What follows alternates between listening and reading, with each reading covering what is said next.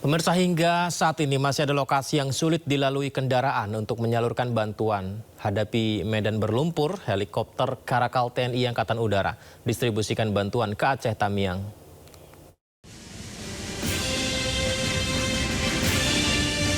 Beginilah pantauan udara di titik lokasi pengungsian yang sulit ditembus melalui jalur darat.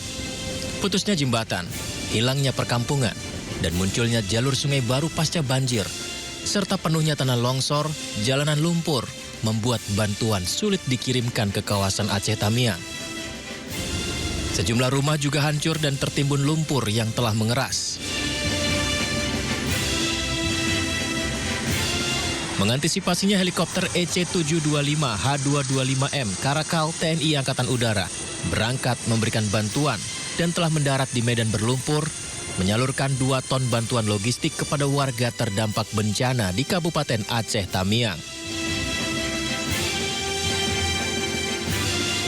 Helikopter bernomor registrasi HT7204 mendarat di lapangan SMA Negeri 1 Bandar Pusaka dan lapangan SMP Negeri 2 Tamiang.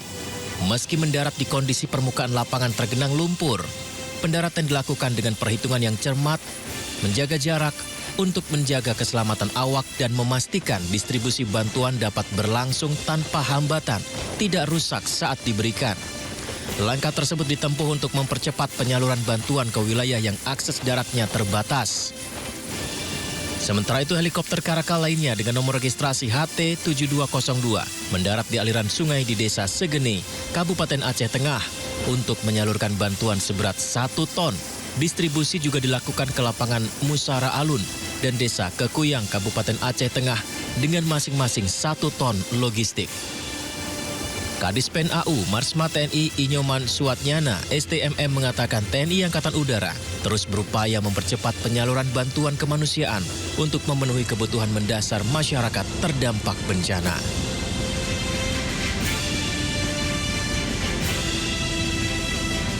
Ya, masih banyak sekali wilayah-wilayah yang sulit untuk dikirimkan karena akses yang juga masih rusak.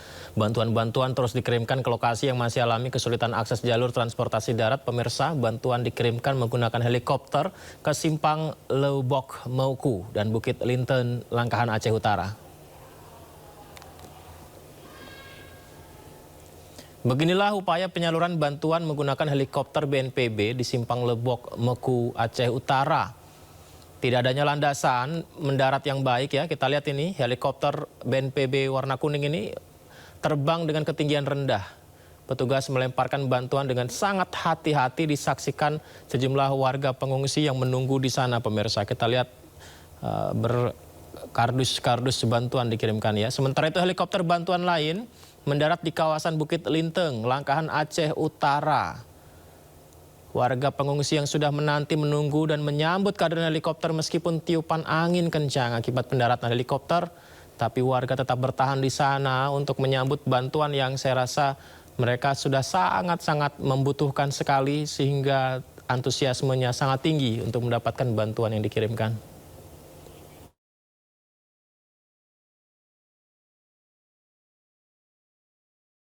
Ya, pengiriman bantuan menggunakan helikopter seperti tayangan tadi yang kita saksikan ya, memang menjadi salah satu opsi yang harus dilakukan, pemirsa.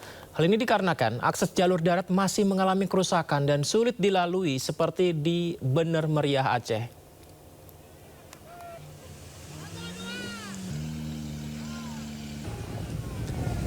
Seperti inilah kondisi akses darat di kawasan Bener Meriah, Aceh, pemirsa.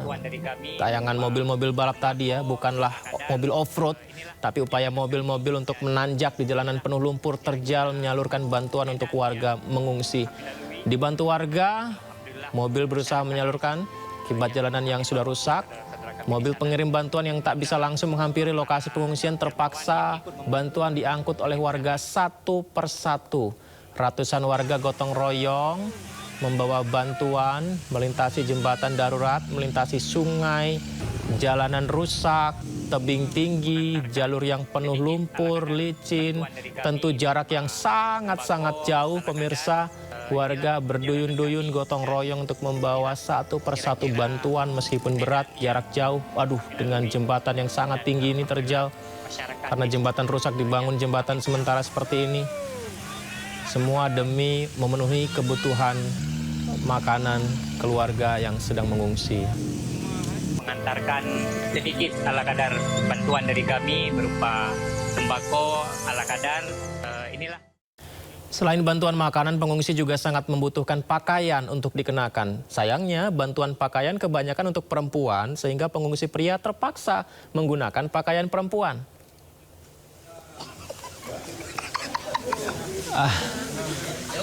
Iya, ini adalah pengungsi di Aceh yang memeriksa bantuan pakaian tapi mendapati ternyata isinya semua pakaian wanita. Dua pria ini terpaksa menggunakan pakaian apapun yang dikirimkan meski di tengah situasi sulit dan duka. Kondisi ini membuat pengungsi tertawa bersama ya.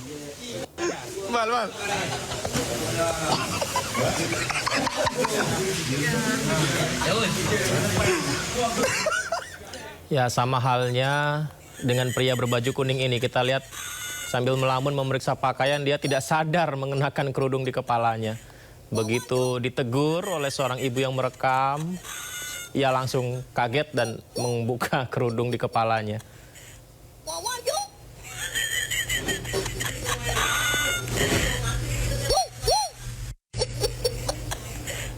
Ya, pemandangan unik seperti ini malah menjadi penghibur sementara warga pengungsi di tengah duka, rasa sulit, ya situasi sulit, terbatasnya jumlah bantuan pakaian pria membuat banyak pria pengungsi sepertinya sudah tidak malu lagi menggunakan pakaian wanita di situasi darurat seperti sekarang. Bahkan ada yang sambil menggunakan motor, berjalan di atas air penuh lumpur, mereka menggunakan pakaian wanita seperti ini.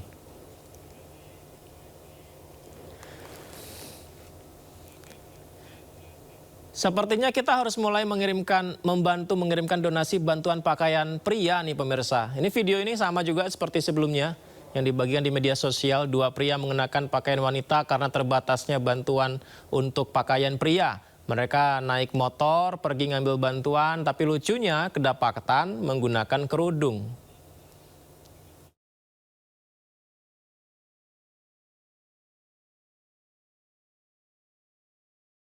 Ya, sabar ya saudara-saudara kita di Aceh, Sumut, dan Sumbar yang mengungsi. Semoga pakaian pria segera bisa didatangkan dan cukup untuk warga di sana ya. Ratusan relawan medis dari seluruh Indonesia pemirsa diberangkatkan Kementerian Kesehatan ke Aceh untuk membantu pelayanan kesehatan dan trauma healing bagi para korban terdampak bencana. Total ada 600 relawan diberangkatkan secara bertahap ke Pulau Sumatera. Inilah dia pemirsa, 126 relawan medis diberangkatkan ke Aceh melalui Bandara Internasional Soekarno-Hatta, Tangerang, Banten hari ini.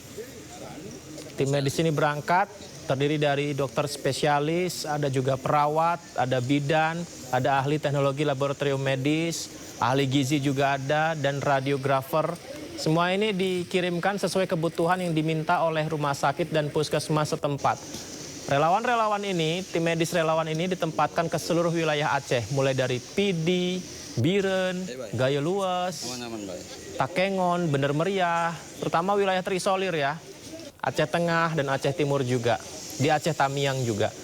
Para relawan membawa logistik seperti obat-obatan, selimut, peralatan kesehatan untuk memulihkan trauma bagi warga Aceh. Spesialis psikolog juga paling banyak dikirim untuk membantu nantinya mereka.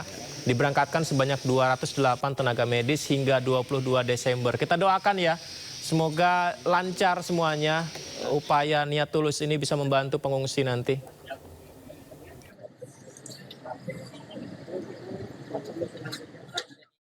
Ya, ratusan relawan tenaga medis dari sejumlah daerah terbang ke Aceh membantu warga terdampak bencana. Diberangkatkan Menteri Kesehatan untuk menangani kesehatan warga. Kita harapkan bisa memulihkan kesehatan warga dan juga pemulihan trauma juga dilakukan.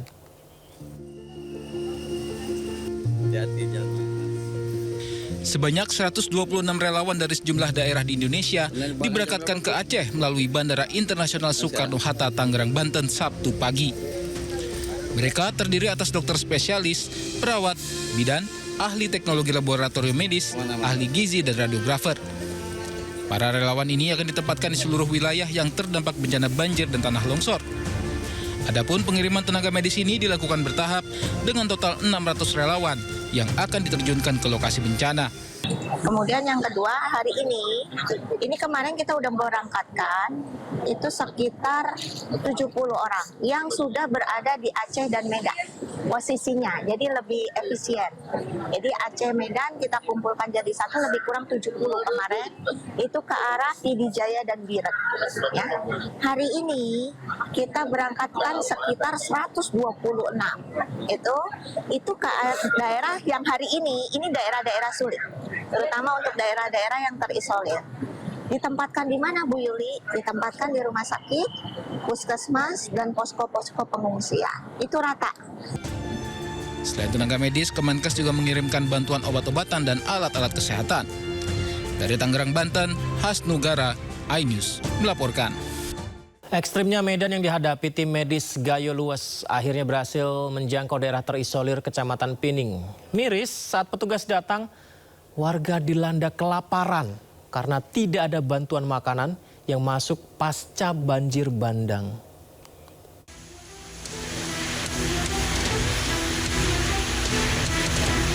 Tim kesehatan didampingi TNI berhasil menembus daerah terisolir yaitu Kecamatan Pining, Kabupaten Gayo Luwes. Perjalanan ini mereka tempuh selama 9 jam. Panjangnya durasi perjalanan dikarenakan jarak sejauh 18 km terputus pasca banjir bandang dan tanah longsor akhir November lalu.